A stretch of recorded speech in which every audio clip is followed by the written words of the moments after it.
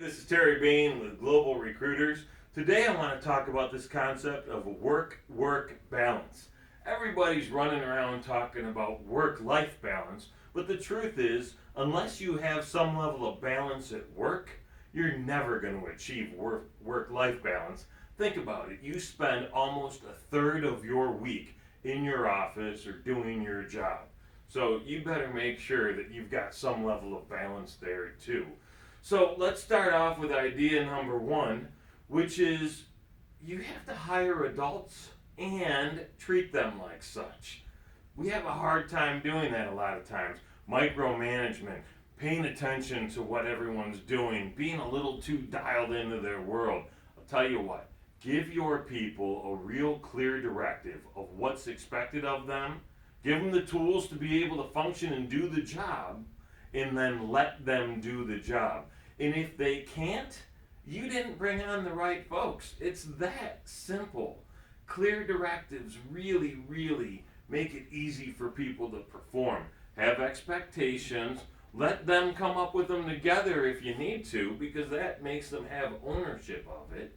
But make sure that they understand what's expected, how they're measured, what performance looks like. And if you want to go that extra mile, give them a pat on the back when they actually do their job. The next thing you can do is you can tie a portion of their compensation to their actual performance. Sure, they should have a salary, but have bonuses for actually exceeding those expectations. Watch what people do when you give them extra incentive to really do their jobs.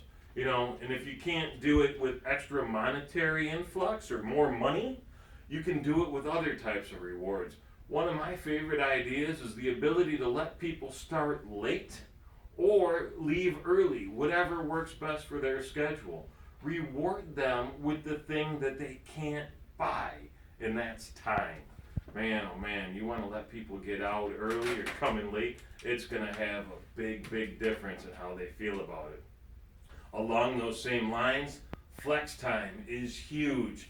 Just the ability to be in the office when your customers or their customers, which may be suppliers or vendors or even other employees, really need them to be there. Hey, the reality is some people work really well in the morning and drift off around 3 or 4 o'clock.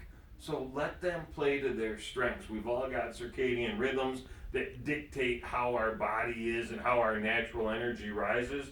Let people work in their area of comfort if you can. A couple more things I want to talk about is make your meetings fun. We've all sat through meetings where we're like, I gotta stab myself in the eye, otherwise I can't get out of here. Don't let your meetings be like that.